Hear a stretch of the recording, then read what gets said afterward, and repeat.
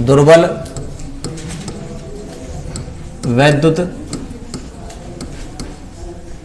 अपघटय पदार्थ के लिए,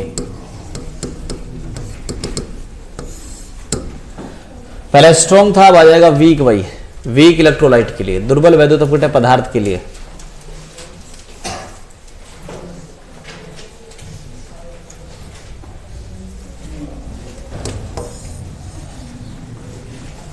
डाल दे टॉपिक वीक के लिए।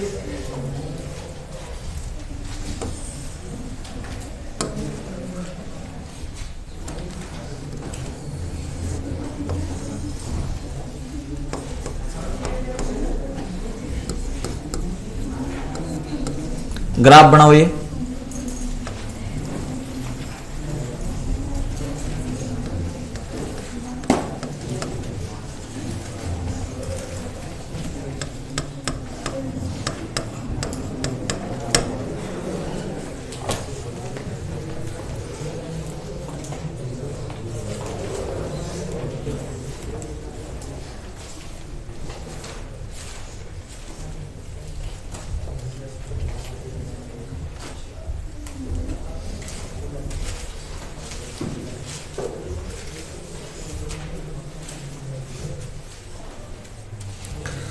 दुर्बल वैद्युत अपघटय पदार्थ का ग्राफ बना दो भाई।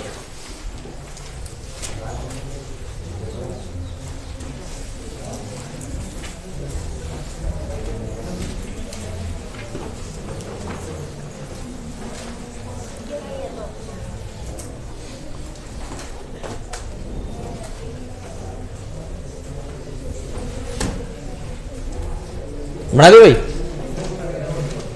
अब देखो भाई, पानी मिलाओ, सांद्रता घटती जाएगी, सांद्रता घटेगी और लैम्डा एम का मान बढ़ता जाएगा बढ़ता जाएगा बढ़ता जाएगा। देखो भाई, आपके पास एसिटिक अम्ल है और इस एसिटिक अम्ल के अगर मान लो आपने 10 मोल ले लिए,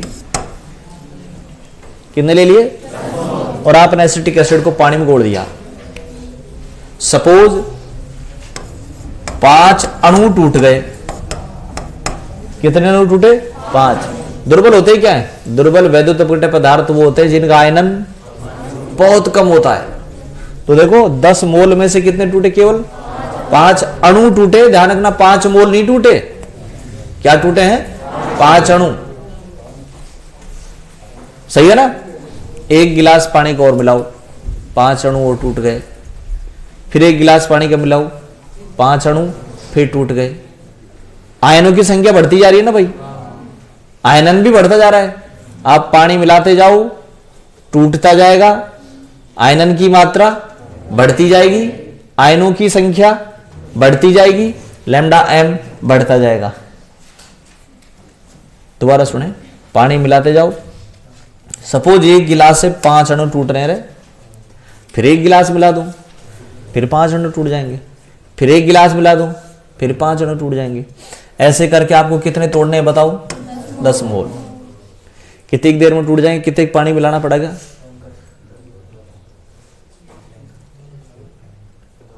अपन इनको नहीं तोड़ सकते। कुल मिला के बात यह है, ये कम संख्या नहीं है भाई। 10 मोल छोटी संख्या नहीं है, ये बहुत बड़ी संख्या है। 6.023 गुणा 10 की घात 10 हो रहा है। फिर कितने हो जाएंगे? अब जीरो कितनी हो जाएंगी? अब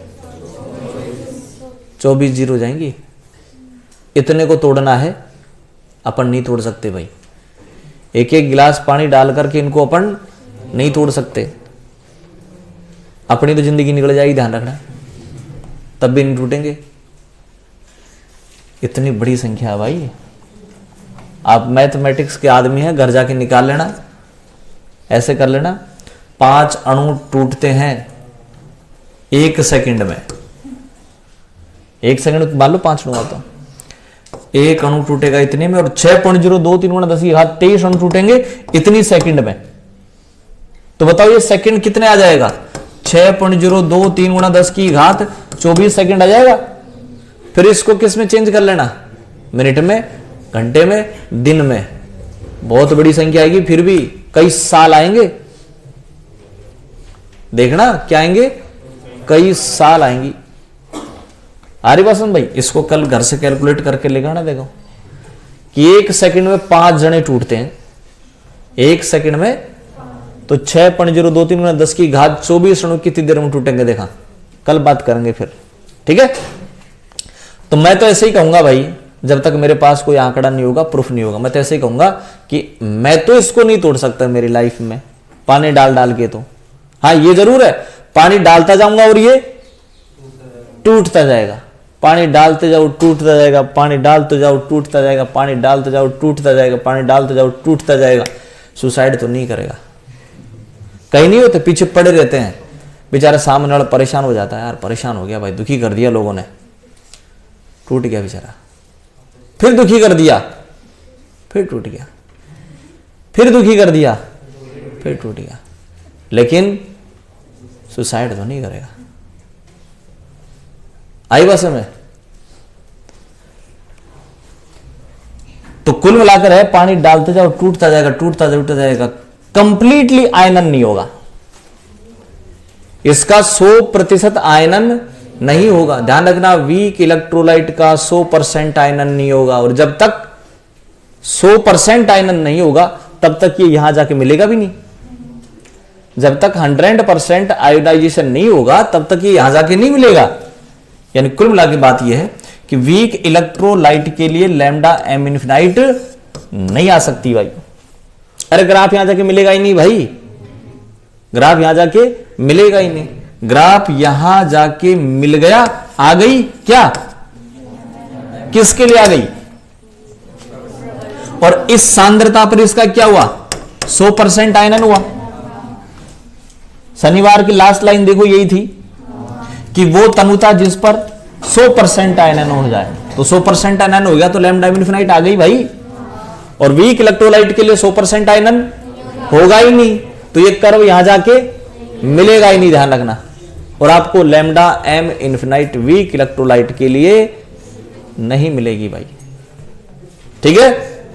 वीक इलेक्ट्रोलाइट के लिए लैम्डा इन्फिनाइट नहीं मिलेगी, लिखो नीचे। दुर्बल वैद्युत अपघटक पदार्थों,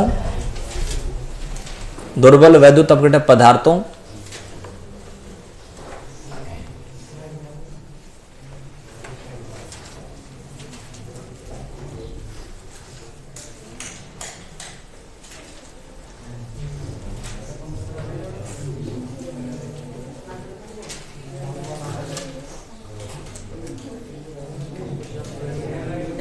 क्या लिख दिया, मैं पानी मिलाने पर, मैं पानी मिलाने पर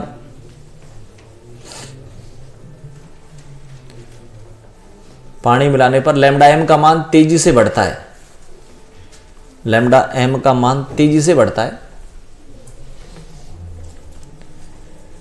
लेकिन सीमांत मान को प्राप्त नहीं करता। तेजी से बढ़ता है लेकिन सीमांत मान को प्राप्त नहीं करता।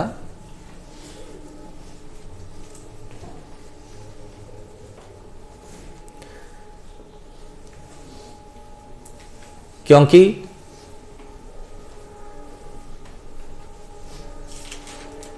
इनका 100% आयनन नहीं होता है, इनका 100% आयनन नहीं होता।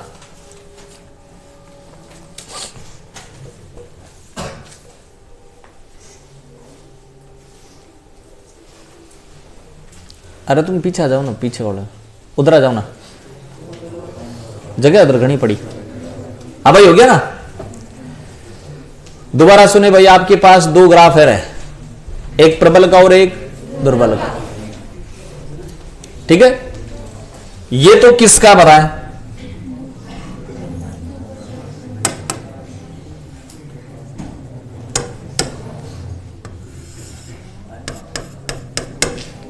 एक प्रबल का और एक, प्रबल के लिए लैम्डा एम सी मिल जाएगी, दुर्बल के लिए लैम्डा एम सी नहीं भाई, लैम्डा एम इनफाइनाइट।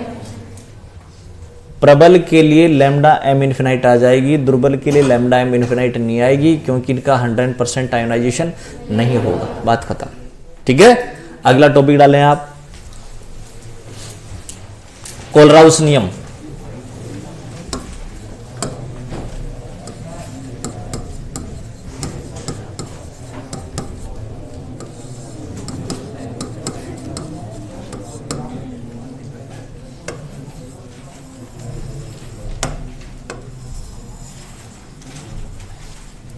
कोलराउस नियम,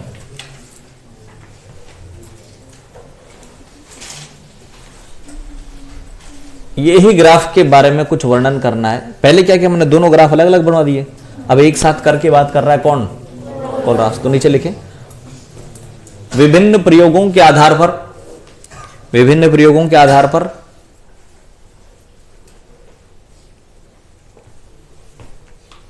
कोलराउस ने प्रबल व दुर्बल वैद्युत अपघट्य पदार्थों के लिए, प्रबल व दुर्बल वैद्युत अपघट्य पदार्थों के लिए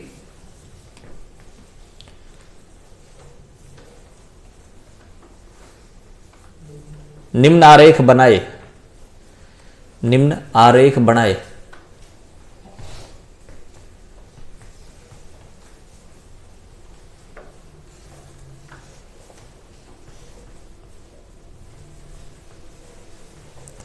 आरेख बना दो,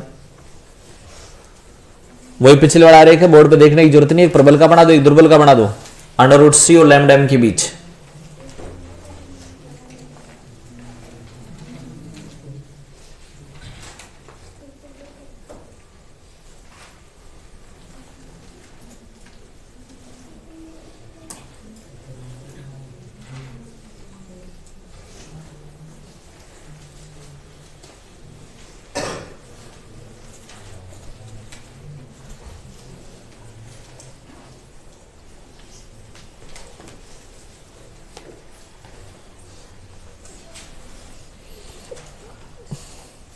बना दिया भाई, दोनों ग्राफों को एक साथ करना और कुछ नहीं, बस। फिर नीचे लिखें, इन आरेखों के आधार पर, इन आरेखों के आधार पर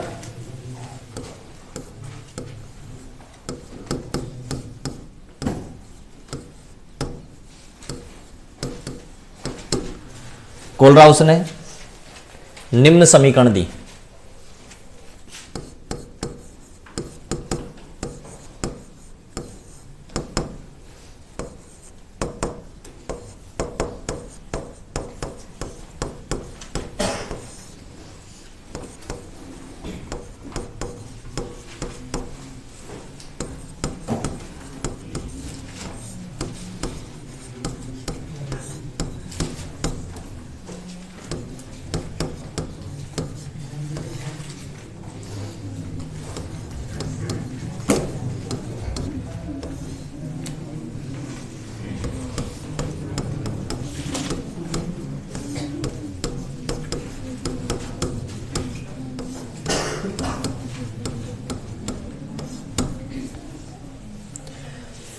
ये समीकरण दी भाई कोलराउस ने।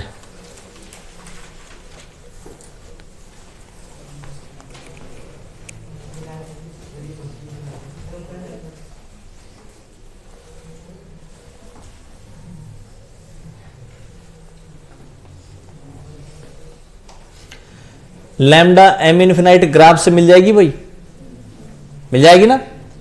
तो किसी भी सांद्रता पे निकालनी होगा आपको, तो लैम्डा इन्फिनाइट निकाल लो और उसमें से घटा दो क्या, बी रूट सी। जैसे मान लो आप उसमें कहूं कि भाई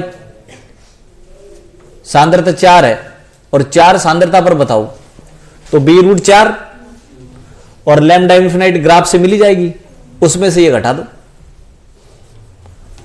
ग्राफ वाली में से बी रूट 4 घटा दो, क्या आ जाएगी, सी सांद्रता पर जाएगी। जिस भी सांद्रता पर निकाल लो, 2 सांद्रता पर, 3 पर, 4 पर, 5 पर आ जाएगी। आ गया भाई। लेकिन ये जो समीकरण थी, इस समीकरण में ये जो बी की वैल्यू थी, यहां है ही नहीं भाई। किसकी वैल्यू नहीं है, बी की वैल्यू नहीं है ना। इस समीकरण को बाद में ऑनसेगर नामक वैज्ञानिक ने इसको सही किया। किसने, ऑन से करना है और सही करके नई समीकरण दी, जिसे क्या कहा गया, ऑन से अगर समीकरण बोल दो या डे बाई हकल ऑन से अगर समीकरण, क्या क्या डे बाई हकल ऑन से अगर समीकरण। नीचे लिखें, इस समीकरण का कोई सैद्धांतिक आधार, इस समीकरण का कोई सैद्धांतिक आधार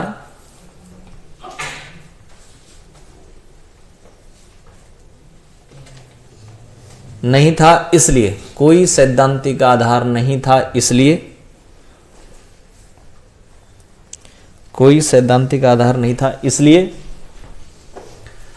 ऑनसेगर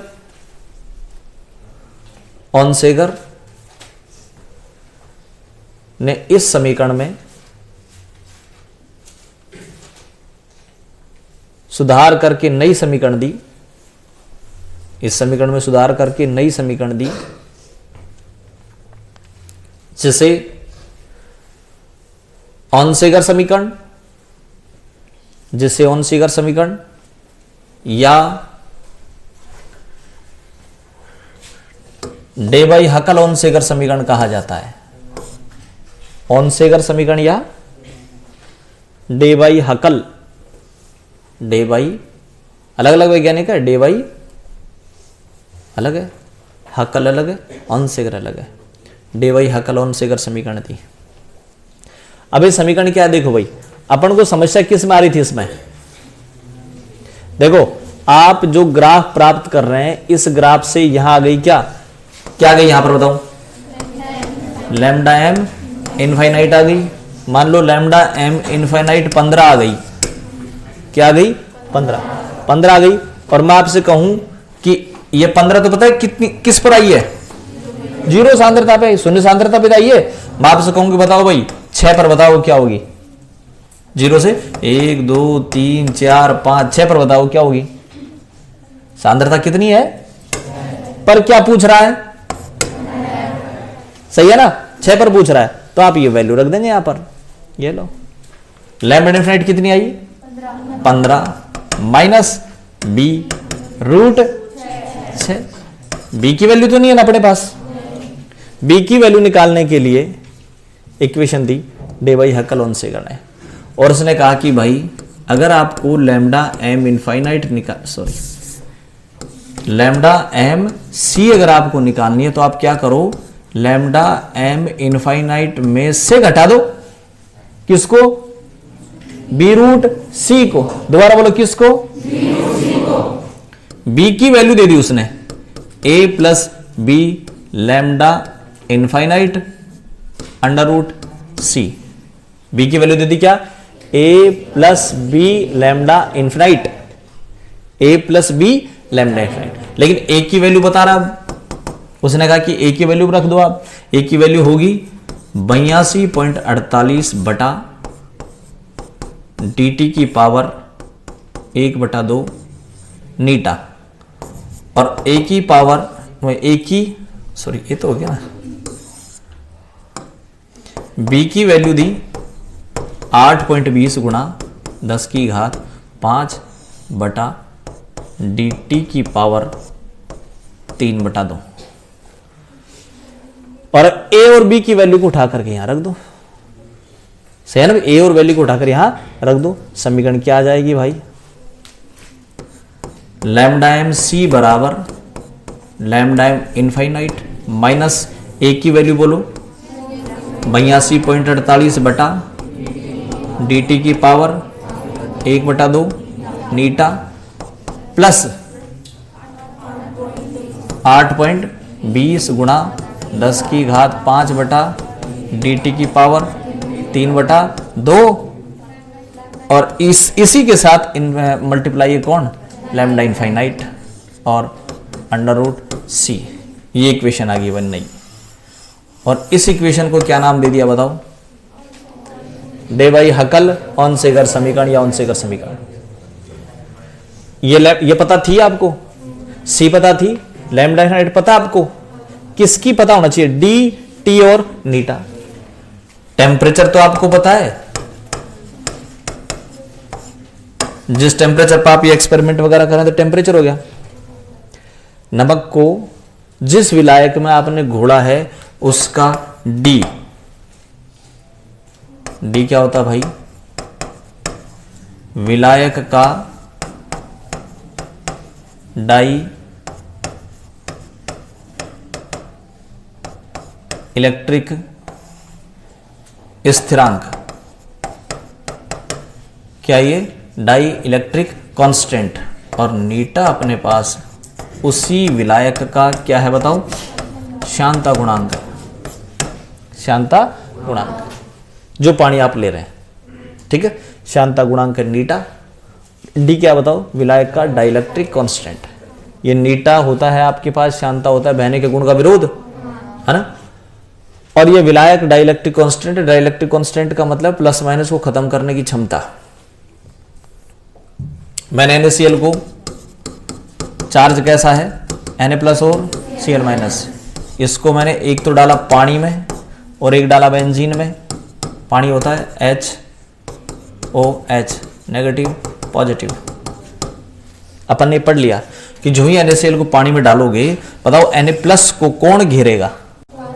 O माइनस घेरेगा ना, तो इसका प्लस चार्ज खत्म हो जाएगा कि नहीं? माइनस से गिर जाएगा। तो ऐसे ही Cl माइनस को कौन घेरेगा?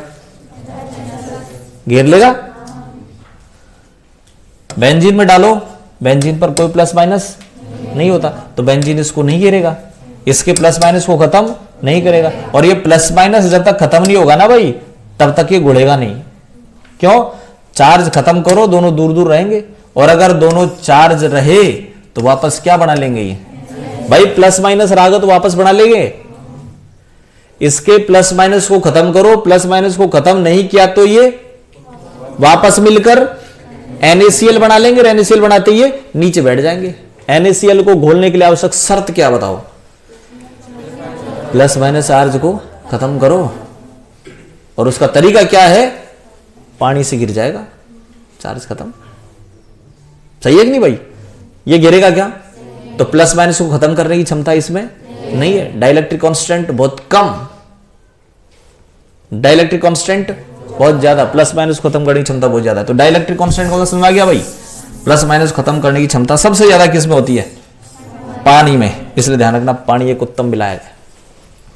पानी एक, कॉपी के ऊपर लिख दें, पानी का डाइलेक्ट्रिक कांस्टेंट सबसे ज्यादा होता है, इसलिए यह एक उत्तम विलायक है। पानी का डाई इलेक्ट्रिक कांस्टेंट, पानी का डाई इलेक्ट्रिक कांस्टेंट सबसे ज्यादा होता है, इसलिए पानी एक उत्तम विलायक है। डाइलेक्ट्रिक कांस्टेंट सबसे ज्यादा भाई, इसलिए एक अच्छा विलायक है या उत्तम विलायक है।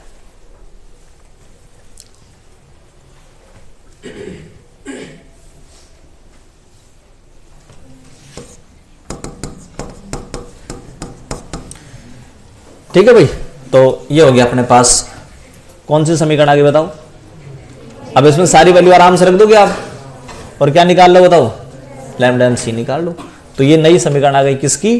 डे बाई हकल ऑनसेगर समीकरण। ठीक है, हटाओ।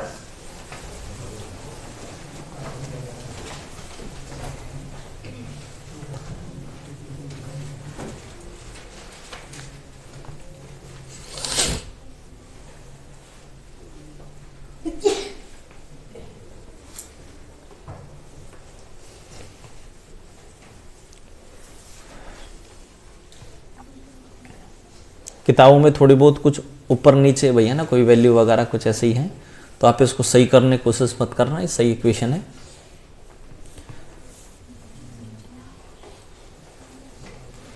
कभी आप किताब में जाकर देख लो फिर कहो ये गलत है, और उसको सही कर लो काट के।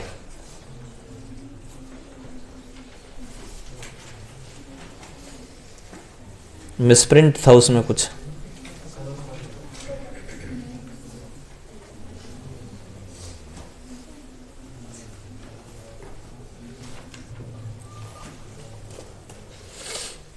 $8.20 है ना, ये 82.48 है।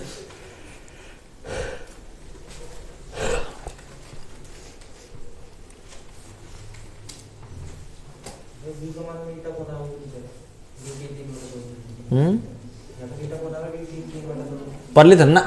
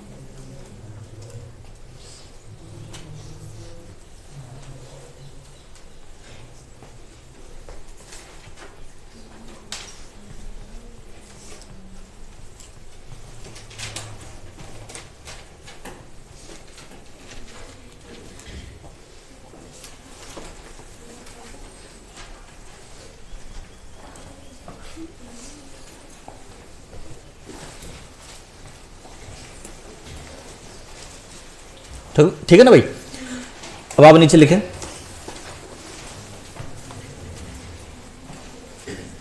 उपरोक्त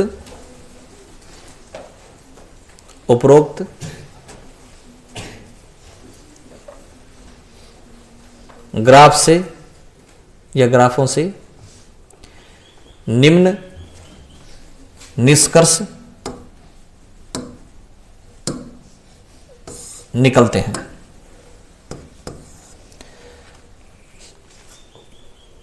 कोलराज कन्या में दो बात है रही है, कोई ऐसा नहीं है कि बहुत लंबी चौड़ी रामायण लिख दी भाई। पहला तो है मतलब क्या बोलते हैं उसको, ग्राफ, और ग्राफ सिंपल है, ग्राफ सिंपल है भाई। ये तो किसका हो गया, और ये ग्राफ के बाद उसने क्या कहा, ग्राफ के आधार पर एक इक्वेशन दे दी, ग्राफ के आधार पर, और एक इक्वेशन याद कर लो, इक्वेशन तो रटनी पड़ेगी भाई। ये इसमें को समझाने के बाद थोड़ी 8.20 गुणा 10 की बात 5 क्या समझाऊं बताओ, है ना, तो वो तो आपको रटनी पड़ेगी। ठीक है कि इक्वेशन दी थी, वो इक्वेशन ये थी। अब इस क्या क्या उस रिजल्ट निकाले जा सकते हैं। पहली बात, एक प्रबल वैद्युत अपघटन पदार्थ और एक रेखीय वक्र और अरेखीय वक्र, सही है कि नहीं। पहला रिजल्ट निकाल लिया कि दो कर्व हैं, एक रेखीय और एक रेखीय कोण देगा और अरेखीय कोण देंगे दो। एक लाइन लिख दो, प्रबल वैद्युत अपघटन पदार्थ रेखीय आरेख देते हैं जबकि दुर्बल वैद्युत अपघटन पदार्थ अरेखीय आरेख देते हैं। फर्स्ट रिजल्ट लिख दें।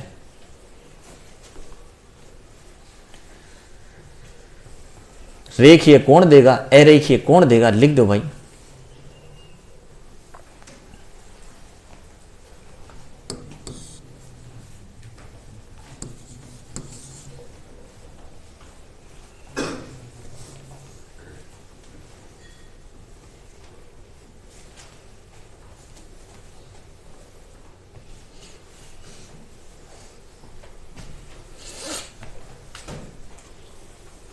हो गया पहला। दूसरा बताओ भाई, पानी अगर आप मिलाते हैं, ठीक है, या फिर मैं कहूं तनुता बढ़ाने पर, बात तो वही है, पानी मिला दो या तनुता बढ़ा दो, तो बताओ लैम्डा एम क्या हो रही है, घट रही है या बढ़ रही है। दोनों की बढ़ रही है रे, चाहे वीक हो चाहे स्ट्रॉन्ग हो, दोनों की लैम्डा एम बढ़ रही है पानी मिलाने पर। क्यों बढ़ रही है बताएं। एल्फा इंक्रीज हो रहा है, एल्फा का आयनन रे, पानी मिलाने पर आयनन की मात्रा बढ़ती है, पानी मिलाने पर आयनन की मात्रा बढ़ती है भाई, इसलिए ऐसा हुआ। अब बात करें कि आयनन की मात्रा अल्फा कैसे निकाला। अल्फा निकाला जाता है भाई Cm से। किसके निकाला जाता है, Cm से। N for Narendra Modi, normality molarity के बीच संबंध हो गया। मन की बात का मतलब lambda m upon n। Relation हो गया वो, ठीक है। अगर आपको लैम्डा e निकालना है तो लैम्डा m अपॉन n, मन की बात याद कर रखा है ना। और एल्फा किससे निकलता है? cm से। कंफ्यूज होता है, ऊपर कौन आएगा नीचे कौन आएगा, इसलिए मैंने क्या कह रखा है, cm से निकाल लेना साहब। किससे निकालो? cm से। तो cm से कैसे निकलेगा वो सुनो, lambda M C upon lambda M, हो गया cm। तो ऊपर तो c आ गया और नीचे आ जाएगा कौन? इनफाइनाइट। दो ही तो अपने पास, लैम्डा एम की दो ही तो वैल्यू है, एक तो कौन सी है? लैम्डा एम सी है और एक लैम्डा एम इनफाइनाइट है। c तो क्या है? c सांद्रता पर मोलर चालकता, और ये अनंत अनुता पर मोलर चालकता। सही है ना भाई? तो आयनन की मात्रा निकालने का फार्मूला न्यूमेरिकल लाएंगे आगे इस पर, तब और याद हो जाएगा। अभी तो आप क्या याद रखे फार्मूला? cm, यानी c वाला ऊपर आएगा और इनफाइनाइट वाला नीचे आएगा। किसी को बंद तो नहीं कर दिया रे, खुड़खुड़ हो रही है उसमें, है ना भाई? cm, c वाला ऊपर और इनफाइनाइट वाला नीचे, cm से याद रखेंगे, ठीक है। तो ये अल्फा क्यों दे रहा हूं मैं ये कह रहा हूं कि पानी मिलाने पर लैम्डा एम बढ़ती है। पानी मिलाने पर क्यों बढ़ती है? अल्फा बढ़ता है भाई, आयनन की मात्रा बढ़ती है, ठीक है। तो लिख दो सेकंड, पानी मिलाने पर या तनुता बढ़ाने पर, पानी मिलाने पर या तनुता बढ़ाने पर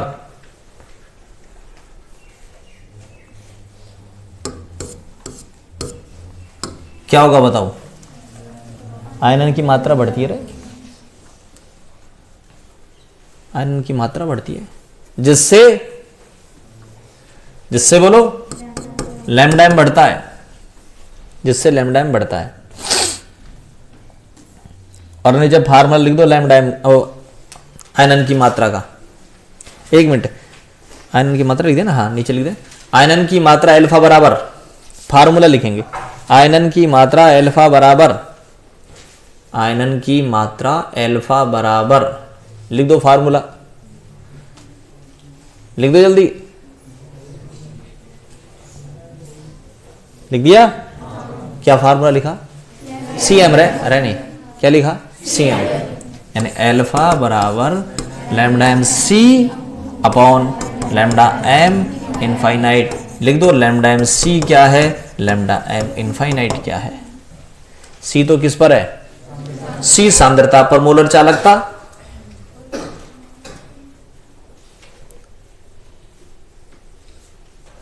लैम्डा एम सी तो लिख दो c सांद्रता पर मोलर चालकता, और नीचे वाला लिख दो अनंत तनुता पर मोलर चालकता।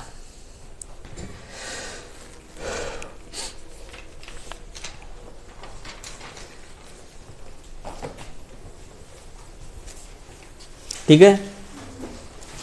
और तीसरी बात ये पता चल रही है भाई कि लैम्डा एम इन्फिनाइट प्राप्त कर सकते हैं, लैम्डा एन इन्फिनाइट प्राप्त नहीं कर सकते।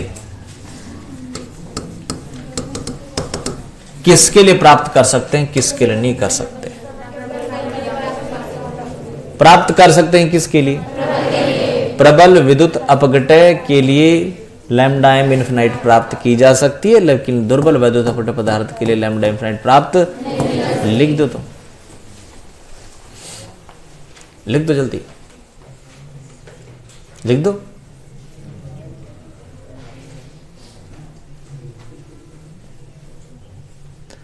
प्रबल वैद्युत अपघटय पदार्थ के लिए लैम्डा इनफिनाइट प्राप्त की जा सकती है, जबकि दुर्बल वैद्युत अपघटय पदार्थ के लिए लैम्डा इनफिनाइट प्राप्त नहीं की जा सकती।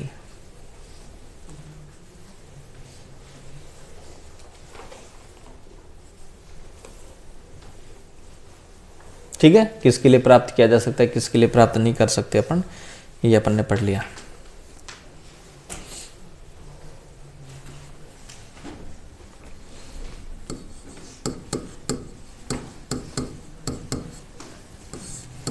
कोलराउस नियम के अनुप्रयोग भाई।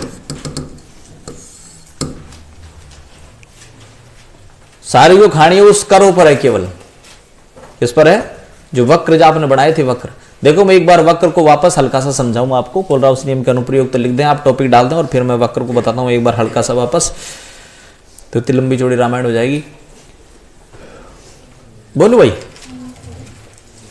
प्रबल वैद्युत अपघट्य पदार्थों चाहे दुर्बल हो, पानी मिलाने पर आयनन की मात्रा बढ़ती है, इसलिए लैम्डा एम का मान बढ़ता है। बढ़ता जाएगा बढ़ता जाएगा, लैम्डा एम इन्फिनाइट आ जाएगा किसके लिए? और लैम्डा एम इन्फिनाइट नहीं आएगा किसके लिए? बात करता बस ये तो है, और क्या है? रेखीय आ गया प्रबल के लिए, ए रेखीय आ गया, और अल्फा बराबर सी एन। कोलराउस नियम के अनुप्रयोग में पहला लिखें,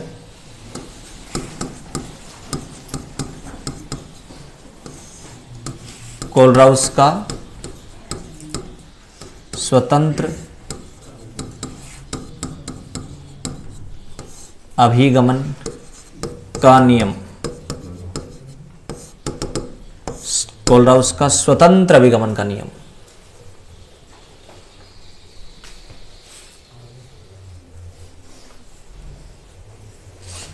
देखो भाई, ये स्वतंत्र अभिगमन का नियम क्या है? पहली बात आप वापस बताएं, किसके लिए लैम्डा एम सी प्राप्त कर सकते हैं? किसके लिए? लिख दो, लिख के, ऐसा नहीं, कागज पे लिख के दो, लिखो, लिख दो जल्दी। अरे वही लिखो यार, lambda M C, lambda M infinite किसके लिए प्राप्त कर सकते हैं, किसके लिए प्राप्त नहीं कर सकते, पहली लाइन लिख दो।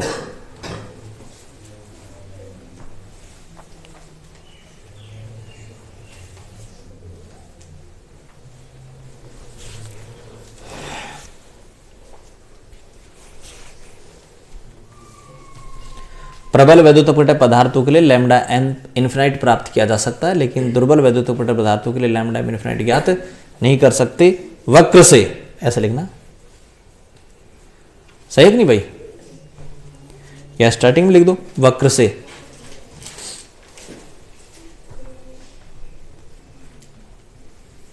ठीक है, यानी कुल मिला के बात यह है भाई कि लैम्डा एम इन्फिनाइट प्राप्त नहीं कर सकते। किसके लिए? फिर सुन लो रे सारे के सारे, लैम्डा एम इन्फिनाइट प्राप्त नहीं कर सकते। किसके लिए? तो फिर प्राप्त कैसे करें? कोलराउस का नियम काम में लेकर। कोलराउस का भी कौन सा नया वाला, नया कौन सा है? स्वतंत्र अभिगमन का नियम काम में लेकर के निकालेंगे क्या? तो आपको यह पता चल गया होगा कि यह स्वतंत्र अभिगमन का नया नियम क्यों आया, क्यों रिक्वायरमेंट पड़ी इसकी। रिक्वायरमेंट क्यों पड़ी भाई? लैम्डा एम इन्फिनाइट वी के लिए निकालने के लिए जरूरत पड़ी। सही है, लिख दे लाइन, लिख दो। दुर्बल वैद्युत अपघट्य पदार्थों, दुर्बल वैद्युत अपघट्य पदार्थों, दुर्बल वैद्युत अपघट्य पदार्थों की लैम्डा एम इन्फिनाइट, दुर्बल वैद्युत अपघट्य पदार्थों की लैम्डा एम इन्फिनाइट ज्ञात करने के लिए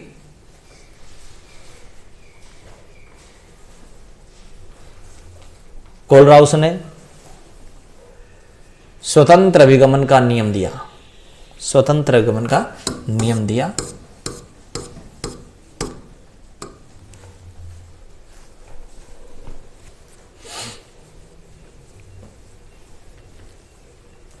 नीचे लिखें, इस नियम के अनुसार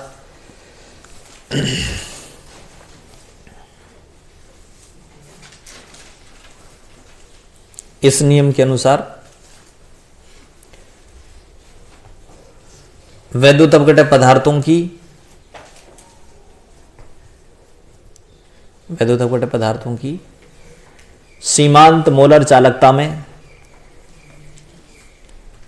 सीमांत मोलर चालकता में प्रत्येक आयन का योगदान निश्चित रहता है। सीमांत मोलर चालकता में प्रत्येक आयन का योगदान निश्चित रहता है। प्रत्येक आयन का योगदान निश्चित रहता है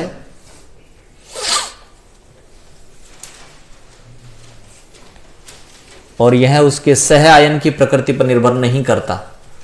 प्रत्येक आयन का योगदान निश्चित रहता है और यह उसके सह आयन की प्रकृति पर निर्भर नहीं करता। सह आयन, सहन कहो तो उसके साथ जो आयन है उसको, सह आयन की प्रकृति पर निर्भर नहीं करता। एक लाइन और लिख दें, धनायन व ऋणायन की सीमांत मोलर चालकताओं को जोड़कर धनायन व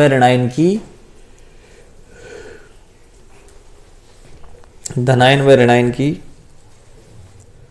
सीमांत मोलर चालकताओं को जोड़कर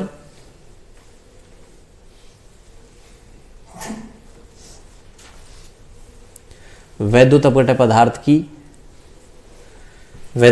पदार्थ की सीमांत मोलर चालकता निकाली जाती है।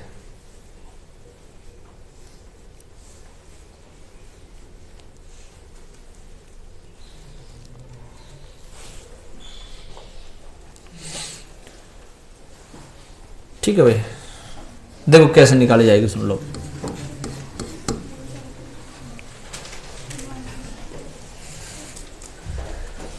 मान लो मेरे को लैम्डा इन्फिनाइट एम निकालनी है। क्या करूंगा भाई, वी पॉजिटिव इससे निकालूंगा रे। वी पॉजिटिव क्या है, धनायन की संख्या है। वी नेगेटिव क्या होगा बोलो, ऋणायन की संख्या है। और लैम्डा इन्फिनाइट पॉजिटिव क्या है, ये पॉजिटिव ही है। पॉजिटिव का मतलब, पॉजिटिव मतलब धनायन की, और लैम्डा इन्फिनाइट का मतलब है सीमांत मोलर चालकता। और लैम्डा इन्फिनाइट नेगेटिव क्या बताओ, ऋणायन की सीमांत मोलर चालकता। एग्जाम्पल फर्स्ट ले रहा हूं भाई, अभी तक नियम समझ में नहीं आया, कोई बात नहीं। फर्स्ट ले रहे हैं अपन, लैम्डा इनफाइनाइट NaCl निकालना। NaCl के लिए अनंत तन्यता पर मोलर चालकता क्या होगी, ये निकालना है। कोलराउस का नियम, कोलराउस का नियम 1 नंबर का प्रश्न कंपलसरी है, ये माने आप। ऐसा नहीं कर मैं 100% आएगा, लेकिन 1 नंबर का प्रश्न कोलराउस के नियम से जनरली मिल जाता है भाई। अरे बस, क्योंकि न्यूमेरिकल जो आएगा ना भाई, उस न्यूमेरिकल में कोलराउस का नियम जरूर वो घुसेड़ देगा बीच में। पिछली चीजें पूछ लेगा वो, चालकत्व वगैरह, लेकिन ये जरूर पूछ लेगा साथ साथ। ठीक है, तो NaCl की कैसे निकाले भाई, कोलराउस ने कहा कुछ भी नहीं रहे, धनायन ऋणायन की जोड़ दो, आ जाएगी। NaCl कैसे टूटता है, Na++ तो धनायन ऋणायन की जोड़ दो, लैम्डा इन्फिनाइट Na+ की और लैम्डा इन्फिनाइट Cl- की जोड़ दो, आ गई। ठीक है, लैम्डा इन्फिनाइट NaOH की कैसे निकालोगे, तो पहले क्या करें भाई, NaOH को तोड़ो रहे, Na+ और OH-। ये तोड़ना तो मैं इसलिए बता रहा हूं ताकि आप ये सीख जाओ कि V पॉजिटिव कितना है और V नेगेटिव कितना है। V पॉजिटिव धनायन कितना बताओ, 1, ऋणायन कितना बताओ, 1। अब लैम्डा इन्फिनाइट NaOH निकालना हो तो धनायन ऋणायन की जोड़ दो, lambda infinite Na+ lambda infinite OH-। Clear बात है भाई। एक एग्जांपल और दे दूं, लैम्डा इन्फिनाइट Na2SO4 की निकालनी है। सबसे पहले क्या करो बताओ, Na2SO4 को तोड़ो, कैसे टूटता है भाई, Na+ नहीं, 2 Na है, V+V- का रोल ही जब आप आयनों की संख्या सीख जाओ, प्लस SO4 - 2, सही है कि नहीं। बताओ V पॉजिटिव कितना है, 2, V नेगेटिव कितना है, 1 है रे। SO4 - 2 1 ही तो है। अरे धनायन ऋणायन का चार्ज नहीं बोल रहा मैं, धनायन ऋणायन की संख्या। धनायन और धन आवेश 2 अलग अलग चीज है भाई। आ रही बात समझ में? क्या क्या? V पॉजिटिव धनायन की संख्या, धनायन पर चार्ज नहीं, धनायन की संख्या। V नेगेटिव, आ रही बात समझ में? तो अब आप निकालें क्या? लैम्डा इनफाइनाइट Na2SO4, तो बताओ क्या होगा? 2 lambda infinite Na plus lambda infinite SO4 minus 2 Na2 है ना, तो 2 लगा दिया मैंने पहले, सही है कि नहीं? एक और निकालू, फिर न्यूमेरिकल में निकालना सीखेंगे और बचे कुछ जो भी है ना।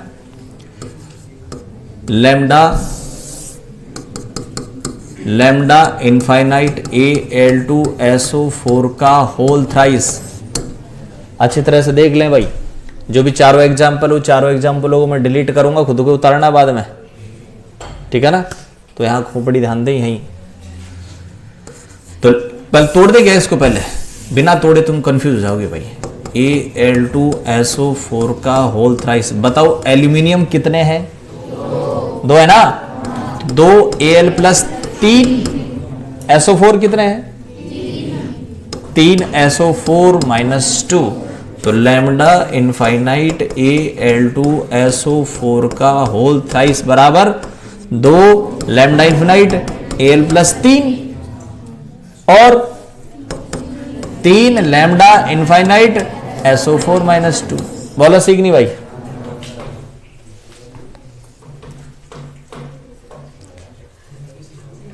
यहां पर उसने ये कहा, मान लो Na प्लस की मोलर चालकता 2 है, काल्पनिक मान बता रहा हूं। मान लो Na प्लस की सीमांत मोलर चालकता 2 है। NaOH में यहां कितनी काम मिलू बताओ मैं? 2 काम आ जाएगी। Na2SO4 में बताओ, यहां कितनी काम मिलू? 2 ही आएगी। यहां भी आपने वैल्यू कितनी काम मिली? यहां भी कितनी काम मिली? आपने उसका पड़ोसी देखा क्या कि पड़ोसी कौन है? आपको पढ़ना है, आप पढ़ने आओ, आपको क्या मतलब पड़ोसी कौन है? सही है ना भाई? तो आपका पढ़ना पड़ोसी की प्रकृति पर निर्भर नहीं करता। ऐसे ही ये जो सोडियम है, इसकी सीमांत मोलर चालकता 2 ही रहेगी, चाहे इसका पड़ोसी कोई भी हो। ये लिखवाया देखो मैंने लाइन, कोलराउस ने ये कहा है कि प्रत्येक आयन की सीमांत मोलर चालकता में योगदान निश्चित होगा। अरे पढ़ो ना, यहां नहीं लिखा हुआ, वहां देखो।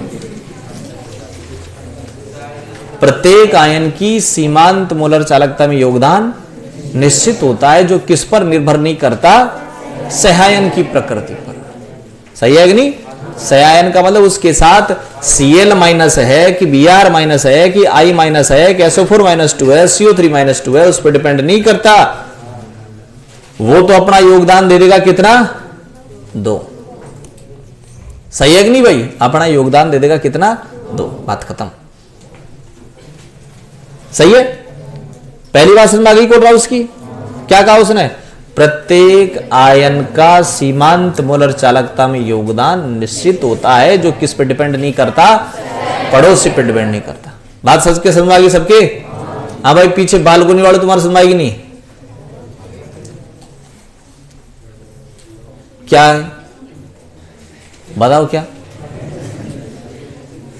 आयनों की मोलर चालकता का योगदान फिक्स रहता है, किस पे डिपेंड नहीं करता? सही है कि नहीं? फिर दूसरी बात क्या कही उसने? धनायन ऋणायन की जोड़ दो, टोटल आ जाएगी। यही कही ना अगली बात? पढ़ ले अगली बात समझ में आई कि नहीं? धनायन ऋणायन की जोड़ दो, टोटल आ जाएगी। बात खत्म, उतार दो, खत्म होगी तो बात।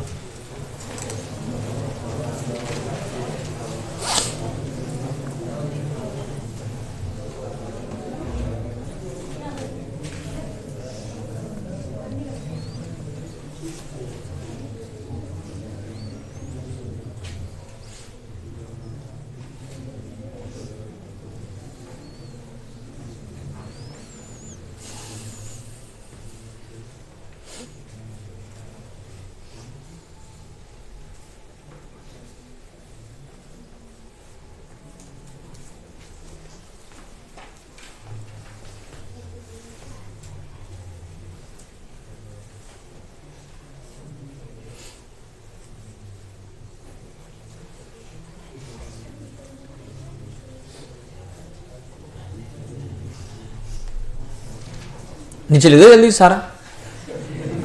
ये धनायन, अरे इसमें हंसने की क्या बात है, तुम हंसने हर सब बात पे, जैसे यहाँ कोई वो चल रहा हो, क्या कॉमेडी शो चल रहा हो यहाँ। ये धनायन की संख्या है, ऋणायन की संख्या है। लिख दिया।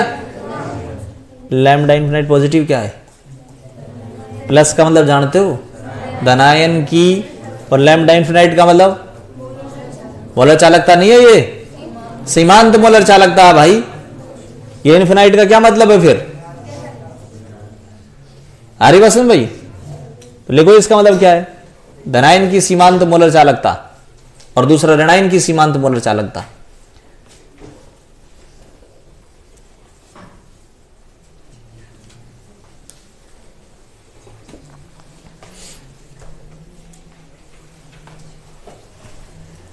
हो गया? एक एग्जांपल ले, ये लो थोड़ा सा।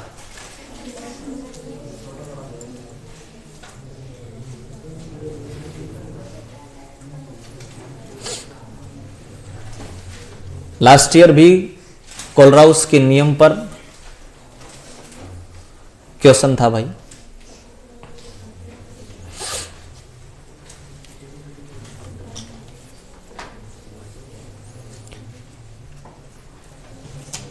तोड़ दिया। अब दोनों की जोड़ दो। लैम्डा इन्फिनाइट NaCl निकालना है तो धनायन ऋणायन की जोड़ दें। Lambda infinite Na plus plus lambda infinite Cl minus, NaOH का निकाल।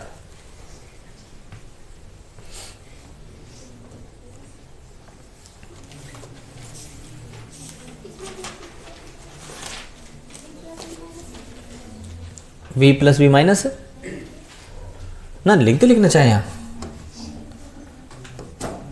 V प्लस बराबर 1, V माइनस बराबर 1। NaOH की भी लिख दो, हो गई। Na प्लस और OH माइनस।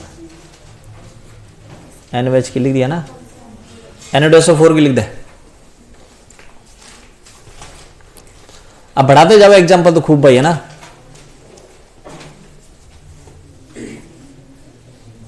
यहां केमिस्ट्री में एग्जाम्पल हजारों बन जाएंगे, बहुत सारे साल्ट बन जाएंगे।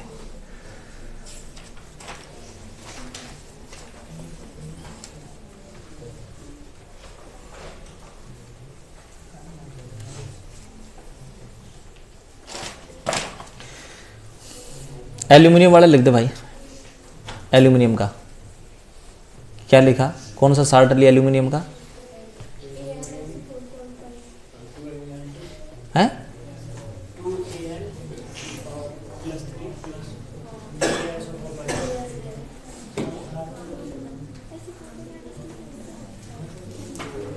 ये क्या दे, हाँ मिला ले कॉपी में बार।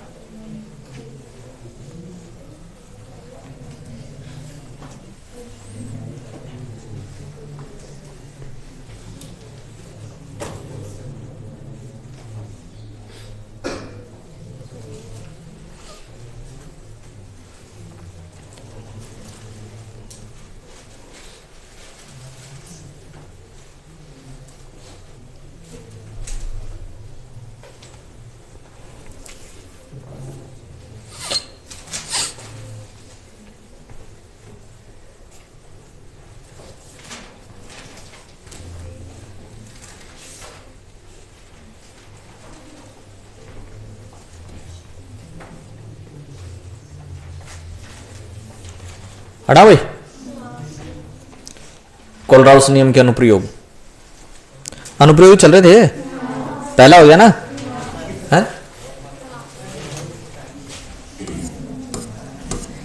अब नीचे लिखें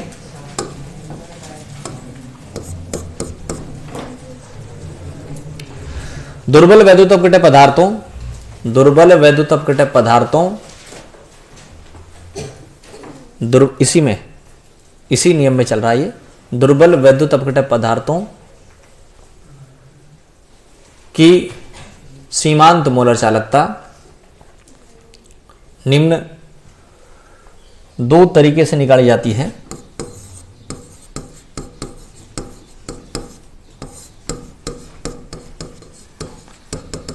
आयनों की सीमांत मोलर चालकता से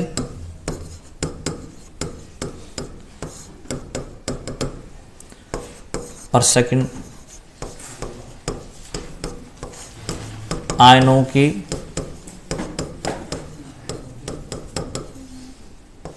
अभिगमनांकों से।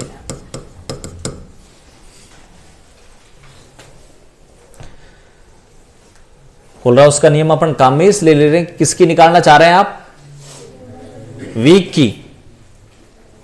वीक की लैम्डा इनफिनिट निकाल रहे हैं। कैसे निकालेंगे? फर्स्ट लिखें क्या? आयनों की सीमांत मोलर चालकता से।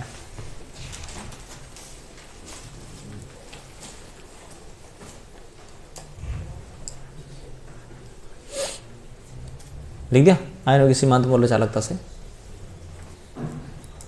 इसमें एक लाइन लिख दें। प्रबल की तो निकाल सकते हैं ना भाई, तो पता है क्या करेंगे अपन? अब प्रबल की काम में लेकर दुर्बल की निकालेंगे। तो लिख दो एक लाइन, प्रबल वैद्युत अपघटक पदार्थों की, प्रबल वैद्युत अपघटक पदार्थों की सीमांत मोलर चालकता से, प्रबल वैद्युत अपघटक पदार्थों की सीमांत मोलर चालकता से दुर्बल वैद्युत अपघटक पदार्थों की प्रबल से दुर्बल वैद्युत अपघटक पदार्थों की सीमांत मोलर चालकता ज्ञात की जाती है।